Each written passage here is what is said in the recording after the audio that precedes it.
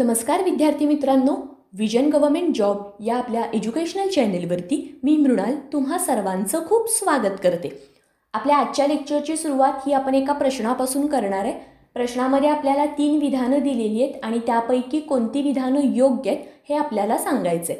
अ विधान आहे, अमृता प्रीतम या साहित्य अकादमी पुरस्काराने सन्मानित होणाऱ्या पहिल्या भारतीय महिला आहेत। ब विधान आहे, साहित्य अकादमीची स्थापना 1955 मध्ये झाली। आणि क विधान आहे, सध्या साहित्य अकादमीचे अध्यक्ष चंद्रशेखर कांबरा आहेत। ओके, या 3 विधानांपैकी कोणती विधानं योग्य आहेत हे आपल्याला सांगायचं आहे।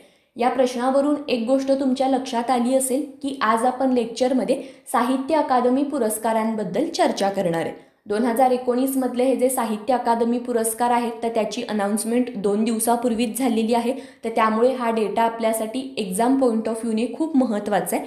तर या पुरस्कारांबद्दलची सगळी इम्पॉर्टंट इन्फॉर्मेशन आपण लेक्चरमधून कव्हर करू। तसंच मागच्या वर्षी म्हणजे 2018 मध्ये जे पुरस्कार देण्यात आले तर त्याच्याशी रिलेटेड जे इम्पॉर्टंट पॉइंट आहेत तर ते सुद्धा आपण लेक्चरमधून कव्हर करणार आहे। ओके, या लेक्चरची PDF ही तुम्हाला विजन स्टडीवरती डाउनलोड सेक्शनमध्ये मिळेल आणि विजन गव्हर्नमेंट जॉब तर हे जे आपलं ऑफिशियल टेलिग्राम चॅनल आहे तर त्यावरून सुद्धा तुम्ही या लेक्चरची PDF आणि ऑडिओ फाईल डाउनलोड करू शकता। विजन स्टडीवरती सध्या कंबाईन एक्झामसाठीची जी बॅच आहे तर तिचे ॲडमिशन ओपन आहेत। या बॅचमधून तुम्हाला 200+ व्हिडिओ लेक्चर आणि त्याचप्रमाणे 20 पेक्षा जास्त फुल लेंथ टेस्ट मिळतील। तर जे स्टुडंट इंटरेस्टेड आहेत तर तुम्ही लवकरात लवकर या बॅचमध्ये आपला प्रवेश निश्चित करा। ठीक आहे, आता आपण लगेच लेक्चरकडे वळूयात। 2019 मध्ये हे जे साहित्य अकादमी पुरस्कार जाहीर झालेले आहेत तर ते एकूण 23 भाषांमध्ये पुरस्कार देण्यात येणार आहेत। ठीक आहे, एकूण 25 लेखकांना हे पुरस्कार जाहीर झालेत, तर हा पॉईंट सुद्धा तुम्ही व्यवस्थित लक्षात ठेवा। आणि जर आपण प्रत्येक कॅटेगरी वाईज विचार केला तर कविता संग्रहांसाठी म्हणून 7 भाषांमध्ये पुरस्कार देण्यात येणार आहेत। त्यानंतर कादंबरीमध्ये 4, लघुकथा या कॅटेगरीमध्ये 6, निबंध तर याच्यामध्ये 3 आणि इतर की ज्याच्यामध्ये नॉन फिक्शन किंवा आत्मकथा तर यासारख्या गोष्टींचा समावेश होतो, तर या कॅटेगरीमध्ये सुद्धा 3 भाषांमध्ये पुरस्कार देण्यात येणार आहेत। ठीक आहे, तर हा पॉईंट तुम्ही कंपल्सरी लक्षात ठेवायचा आहे, ते म्हणजे कविता संग्रहांमध्ये 7, कादंबरीसाठी 4, लघुकथा 6, निबंध आणि इतर तर याच्यामध्ये प्रत्येकी 3-3 भाषांमध्ये हे पुरस्कार जाहीर होणार आहेत। ओके, तसंच यावर्षीचे हे जे पुरस्कार आहेत तर त्याच्याशी रिलेटेड अजून एक इम्पॉर्टंट पॉईंट तो म्हणजे आत्तापर्यंत तरी नेपाळी भाषेमध्ये या पुरस्कारांची घोषणा झालेली नाही आहे। म्हणजे मे बी अजून थोड्या दिवसांनी नेपाळी भाषेसाठी पुरस्कार जाहीर होऊ शकतो, पण आत्ता तरी नेपाळी भाषेमध्ये कुणालाच साहित्य अकादमी पुरस्कार जाहीर झालेला नाही। ओके, तर हा पॉईंट तुम्ही व्यवस्थित लक्षात ठेवा। तसंच आता हे जे पुरस्कार जाहीर झालेले आहेत तर त्याचं जे वितरण आहे तर ते 25 फेब्रुवारी 2020ला होणार आहे। तर ही जी तारीख आहे तर ती सुद्धा तुम्ही कंपल्सरी लक्षात ठेवा। ओके, आणि साहित्य अकादमी पुरस्कारांची रिलेटेड हे जे पॉईंट आपण बघितले ते तुम्हाला व्यवस्थित माहिती पाहिजेत, कारण या पॉईंटवरती आधारित स्टेटमेंटच्या फॉर्ममध्ये आयोग आपल्याला प्रश्न विचारू शकतो। ठीक आहे, त्यानंतर आता आपण लगेच हे बघूया की हे जे सगळे पुरस्कार आहेत तर ते कोणत्या कॅटेगरीमध्ये कोणत्या भाषांमध्ये हे पुरस्कार जाहीर झालेत। सुरुवात आपण कविता संग्रहांपासून करणार आहे। कविता संग्रहांसाठी म्हणून देण्यात आलेले जे 7 पुरस्कार आहेत तर ते मी इथे तुम्हाला या चार्टमध्ये दिलेले आहेत। हा चार्ट तुम्ही व्यवस्थित लक्षात ठेवा। आपण कॅटेगरी वाईजच हे पुरस्कार बघू की ज्याच्यामुळे हे जे पुरस्कार आहेत तर ते कुणाला मिळाले आणि कोणत्या कलाकृतीसाठी मिळाले, तर हा जो डेटा आहे तर तो लक्षात ठेवायला आपल्याला थोडंसं इझी पडेल। ओके, सो कविता संग्रहांसाठी जो पहिला पुरस्कार मिळालेला आहे तर तो आपल्या मराठी भाषेमध्ये अनुराधा पाटील तर यांचा जो कदाचित अजूनही हा जो कविता संग्रह आहे तर त्याच्यासाठी म्हणून त्यांना मिळाला आहे। त्यानंतर संस्कृत भाषेमध्ये पेन्ना मधुसूदन यांचा कविता संग्रह तो म्हणजे प्रज्ञाचक्षुम। ओके, नाव प्रोनाऊन्स करायला पण लक्षात आहे, पण ॲटलिस्ट हे नाव इतकं डिफिकल्ट आहे तर त्याच्यामुळे ते संस्कृत भाषेशी रिलेटेड आहे, तर हा पॉईंट तुमच्या लक्षात राहील। तर कविता संग्रहांसाठी दिले गेलेले हे 7 भाषांमधले पुरस्कार की जे कंपल्सरी तुम्ही लक्षात ठेवायचे। ठीक आहे, बऱ्याच जणांना असं वाटत असेल की हे 25 लेखकांना मिळालेले पुरस्कार आहेत तर हे सगळे लक्षात ठेवायचे आहेत का, तर हो, हे 25च्या 25 ऑथर त्याचप्रमाणे त्यांना कोणत्या भाषेमध्ये पुरस्कार मिळाले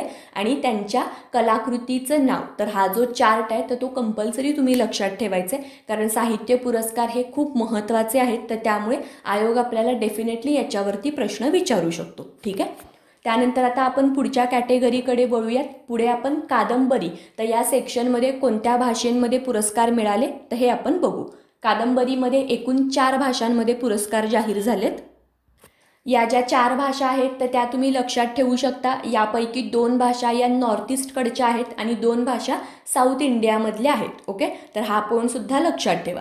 आता ज्या नॉर्थ ईस्टमधल्या 2 भाषा आहेत तर त्या आहेत आसामी आणि त्यानंतर मणिपुरी. ठीक आहे, आसामी लँग्वेजमध्ये जे विजेते आहेत तर त्यांचं नाव आहे जॉयसरी गोस्वामी महंता आणि त्यांची कादंबरी जिचं नाव आहे चाणक्य. ओके, आणि त्यानंतर दुसरी लँग्वेज ती म्हणजे मणिपुरी. मणिपुरी लँग्वेजमध्ये बीर मंगोल सिंग, तर या लेखकांना त्यांच्या इयामाडी अडुनगेगी एथट, तर ही जी त्यांची कादंबरी आहे तर त्याच्यासाठी म्हणून पुरस्कार जाहीर झाला आहे. ठीक आहे, नाव खूप जास्त डिफिकल्ट आहे कारण नॉर्थ ईस्टकडच्या लँग्वेज, तर त्याच्यामुळे त्याचं थोडंसं प्रोनाऊन्सिएशन हे डिफिकल्ट पडतं.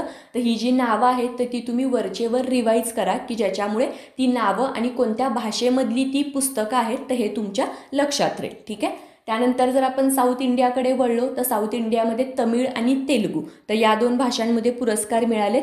तमिळमध्ये धर्मन, तर हे जे रायटर आहेत तर त्यांची सूल या नावाची कादंबरी आहे तर त्याच्यासाठी त्यांना अवॉर्ड मिळणार आहे. आणि त्यानंतर तेलुगू लँग्वेजमध्ये बंदी नारायण स्वामी, तर यांची कादंबरी ती म्हणजे सप्तभूमी, तर याच्यासाठी म्हणून त्यांना पुरस्कार मिळणार आहे. ठीक आहे, आत्तापर्यंत आपण कविता संग्रह आणि त्याचप्रमाणे कादंबरी, तर ह्या कॅटेगरीमध्ये कुणाला अवॉर्ड मिळाले हे बघितलं. आता आपण लघुकथांकडे वळूयात. लघुकथांमध्ये एकूण 6 भाषेंमध्ये पुरस्कार जाहीर झाले. त्यापैकी पहिली भाषा ती म्हणजे कश्मीरी. कश्मीरी लँग्वेजमध्ये अब्दुल अहद हाजिनी, तर यांची लघुकथा ती म्हणजे अख याद अख कयामत. त्यानंतर ओडिया या भाषेमध्ये तरुण कांती मिश्रा, तर यांची लघुकथा तिचं नाव आहे भास्वती.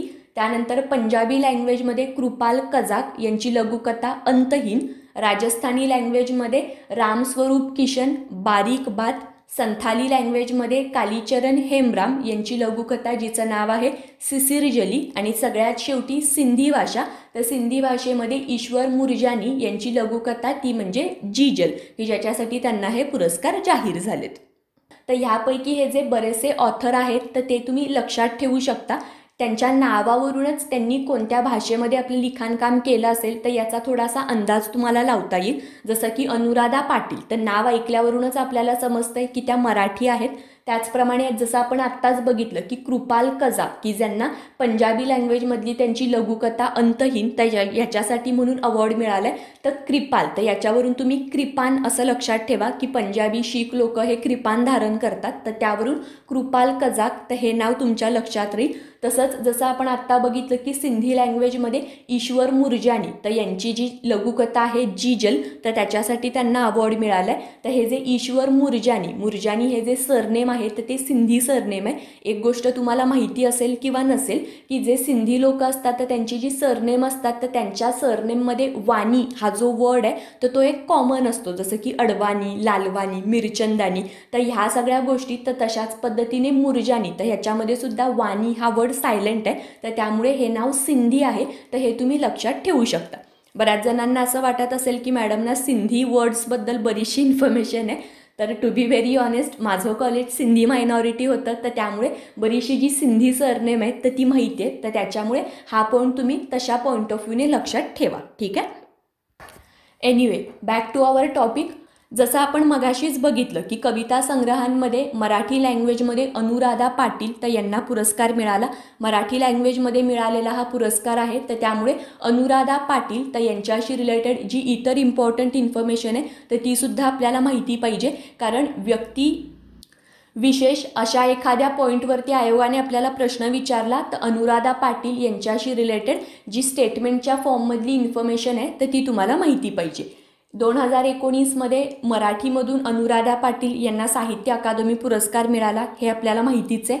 तसंच आत्तापर्यंत त्यांच्या 224 कविता प्रकाशित झालेल्या आहेत, तर हा पॉईंटसुद्धा तुम्ही लक्षात ठेवा. त्यांचा जो पहिला कविता संग्रह ज्याचं नाव आहे दिगंत, ओके, तर हा त्यांचा पहिलाच कविता संग्रह आहे, तर त्याचं नाव तुम्ही कंपल्सरी लक्षात ठेवायचं आहे. तसंच त्यांचे इतर जे प्रसिद्ध असलेलं कविता संग्रह तर त्यांची नावंसुद्धा नोट डाऊन करा. त्यापैकी पहिलं ते म्हणजे दिवसेंदिवस, तसंच वाळूच्या पात्रात मांडलेला खेळ. ओके, तर हे जे त्यांचे इतर कविता संग्रह आहेत तर ते सुद्धा आपल्यासाठी महत्त्वाचे. ठीक आहे. तसंच काँग्रेसचे नेते शशी थरूर तर यांना नॉन फिक्शन या कॅटेगरीमध्ये त्यांच्या ॲन इरा ऑफ डार्कनेस तर या पुस्तकासाठी म्हणून हा अवॉर्ड देण्यात आलेला आहे. हे जे त्यांचं पुस्तक आहे तर त्याच्यामध्ये त्यांनी भारतातील ब्रिटिश राजवटीचं जे वर्णन आहे तर ते खूप छान पद्धतीने केलेलं आहे. तर शशी थरूर यांचं हे पुस्तक ॲन इरा ऑफ डार्कनेस तर याचं नाव तुम्ही कंपल्सरी लक्षात ठेवायचं आहे. ठीक आहे. तसंच मगाशी आपण बघितलं की संथाली भाषेमध्ये जी एक लघुकथा आहे ती म्हणजे सिसिर जली तर याच्यासाठी म्हणून पुरस्कार देण्यात आला आहे. ही सिसिर जली लघुकथा आहे तर तिचे ऑथर आहेत कालीचरण हेमराम. संथाळी लँग्वेज ही रिसेंटली खूप चर्चेमध्ये आहे तर त्याच्यामुळे या लँग्वेजमध्ये दिला गेलेला हा जो साहित्य अकादमी पुरस्कार आहे तो सुद्धा तुम्ही कंपल्सरी लक्षात ठेवा.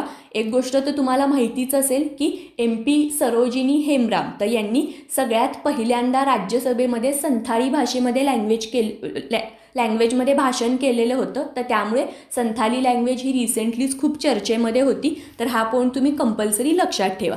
तसंच हे सुद्धा तुम्हाला माहिती पाहिजे की आपली जी 92वी घटना दुरुस्ती होती की जी 2003मध्ये झालेली होती तर या घटना दुरुस्तीमुळे घटनेमध्ये आपला जी 8वी अनुसूची आहे तर त्याच्यामध्ये संथाली, मैथिली, बोडो आणि डोगरी तर या ज्या 4 भाषा आहेत तर त्या समाविष्ट करण्यात आलेल्या होत्या. तर हा पॉईंट सुद्धा तुम्ही लक्षात ठेवा.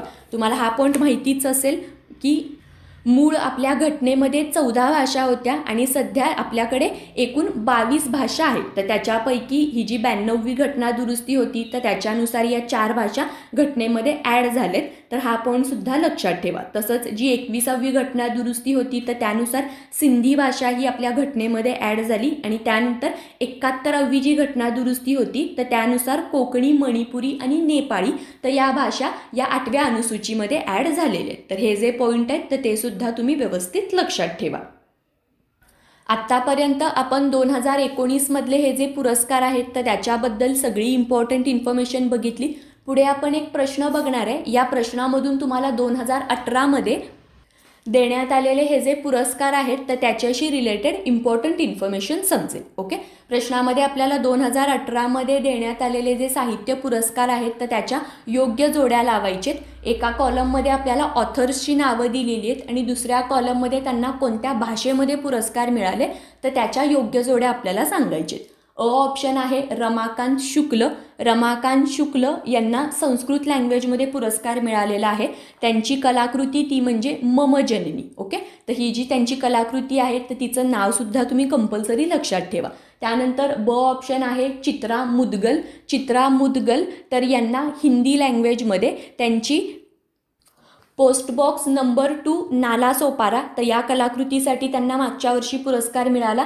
त्यानंतर अनीस सलीम तर यांना इंग्लिश लँग्वेजमध्ये त्यांचं बुक ते म्हणजे द ब्लाइंड लेडीज डिसेंडन्स तर याच्यासाठी म्हणून पुरस्कार मिळाला. आणि सगळ्यात शेवटचा ऑप्शन तो म्हणजे रेहमान अब्बास. तर रेहमान अब्बास यांना उर्दू लँग्वेजमध्ये रोहजीन तर या त्यांच्या कलाकृतीसाठी म्हणून मागच्या वर्षी साहित्य अकादमी पुरस्काराने सन्मानित करण्यात आलं. ठीक आहे, तर हे जे सगळे पॉईंट आहेत तर ते तुम्ही लक्षात ठेवा. या प्रश्नाचं आपलं बरोबर उत्तर काय असेल तर अ साठी 4, ब साठी 2, क साठी 1 आणि ड साठी 3 म्हणजे पर्याय क्रमांक 1 तर हे या प्रश्नाचं आपलं बरोबर उत्तर असेल. आज आपण लेक्चरमध्ये जी इन्फॉर्मेशन बघितली तर त्याच्यावरतीच आधारित एक प्रश्न आपण सॉल्व्ह करू. प्रश्नामध्ये आपल्याला विचारलेला आहे की 2019मध्ये देण्यात आलेल्या साहित्य अकादमी पुरस्कारांबद्दल खालीलपैकी बिनचूक विधान किंवा विधाने ओळखा. म्हणजे योग्य विधानं कोणती आहेत हे आपल्याला सांगायचे. अविधान आहे कविता संग्रहासाठी आसामी भाषेमध्ये पुरस्कार देण्यात आला. ब विधान आहे ईश्वर मुरजानी यांना सेप्तभूमी या निबंधासाठी पुरस्कार मिळाला. आणि त्यानंतर क विधान आहे यावेळी कादंबरी या प्रकारामध्ये 4 भाषांमध्ये पुरस्कार जाहीर झाले. ठीक आहे, तर या 3 विधानांपैकी योग्य विधान कोणतं आहे तर ते म्हणजे फक्त क की कादंबरी या कॅटेगरीमध्ये 4 भाषांमध्ये पुरस्कार मिळाले. मी तुम्हाला मगाशी पण म्हटलं की या 4 भाषांपैकी 2 लँग्वेज नॉर्थ ईस्टकडच्या आहेत आणि 2 लँग्वेज साऊथ इंडियामधल्या आहेत. ओके, तर फक्त आपलं क विधान बरोबर आहे.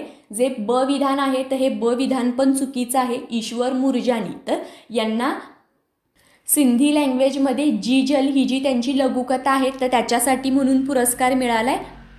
सप्तभूमी ही बंदी नारायण स्वामी यांची कादंबरी आहे. ओके, तर त्यामुळे ब विधान सुद्धा चुकीचे आहे. आणि जर आपण अविधान बघितलं तर अविधान सुद्धा चुकीचं आहे. आसामी भाषेमध्ये यावर्षी कादंबरी या कॅटेगरीमध्ये अवॉर्ड मिळालेला आहे.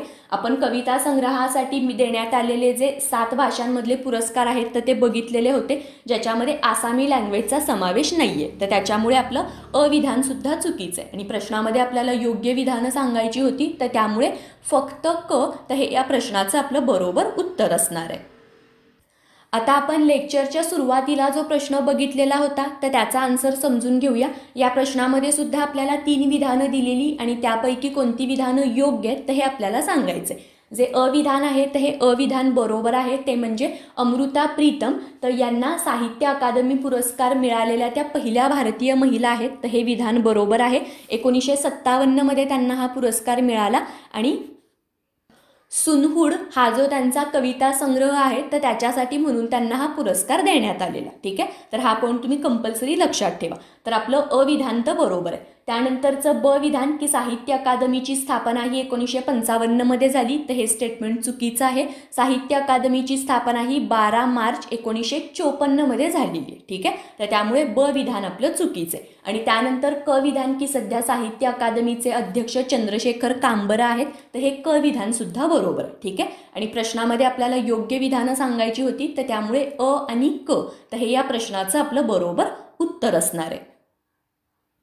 आपल्या आजच्या लेक्चरमध्ये या साहित्य अकादमी पुरस्कारांबद्दलची सगळी इम्पॉर्टंट इन्फॉर्मेशन आपण बघितलेली आहे. आय होप आपलं आजचं लेक्चर तुम्हाला आवडलं असेल. लेक्चरच्या शेवटी तुमच्यासाठी एक महत्त्वाची अनाउन्समेंट, ती म्हणजे की विजन स्टडीवरती टेस्ट सिरीजचे जे ॲडमिशन आहेत तर ते ओपन आहेत. तुम्ही प्रत्येक सब्जेक्टनुसार किंवा सगळ्या सब्जेक्टसाठी एक कंबाईंड टेस्ट सिरीज विजन स्टडीवरती जॉईन करू शकता. ओके, तसंच आपलं आजचं लेक्चर तुम्हाला कसं वाटलं तर ह्याच्याशी रिलेटेड तुमचा फीडबॅकसुद्धा तुम्ही कमेंट सेक्शनमध्ये मेन्शन करा. थँक्यू. आता VISIONSTUDY.in मुळे अगदी माफक दरात MPSCचा अभ्यास करणे शक्य झाले आहे. मी ॲडमिशन घेतले, तुम्हीही घ्या. अधिक माहितीसाठी VISIONSTUDY.in च्या संकेतस्थळावर भेट द्या. Please visit VISIONSTUDY.in.